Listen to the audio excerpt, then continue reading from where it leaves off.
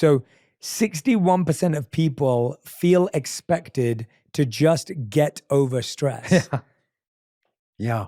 That's unbelievable that Yeah. 61% of people feel like they're expected to just get over stress. Yeah. It's Why, just why is that? when I was younger, and I didn't understand this when I was 14 years old.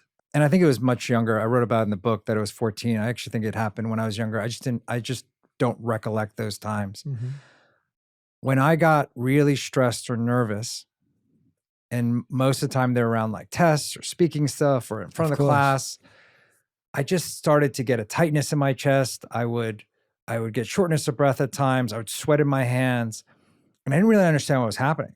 And I talked to my mom, you know, and like a very traditional Korean mother, she would be like, just power through it. And I'd be like, okay, I'm just going to power through it, right? But she didn't know either what was happening. And I don't blame her around that. She just didn't understand in the moment. You know, the reality is when you think about your mental health, it's not about just do, you know, and it's not about powering through the moment. For me, it's about powering up, you know, and that's where the battery analogy keeps coming back in. Yeah. And I didn't understand some of that. And then and then I didn't have the vocabulary. It wasn't really until I started getting into healthcare that I started to understand, oh, wow, this is what you were going through. You've been able to kind of manage it and through some unhealthy behaviors at times. And now you are doing it through healthy behaviors. But the vocabulary has changed, right? And you have a better command of that vocabulary. So you know how to talk about it now, where I didn't know how to talk about it then. Yeah.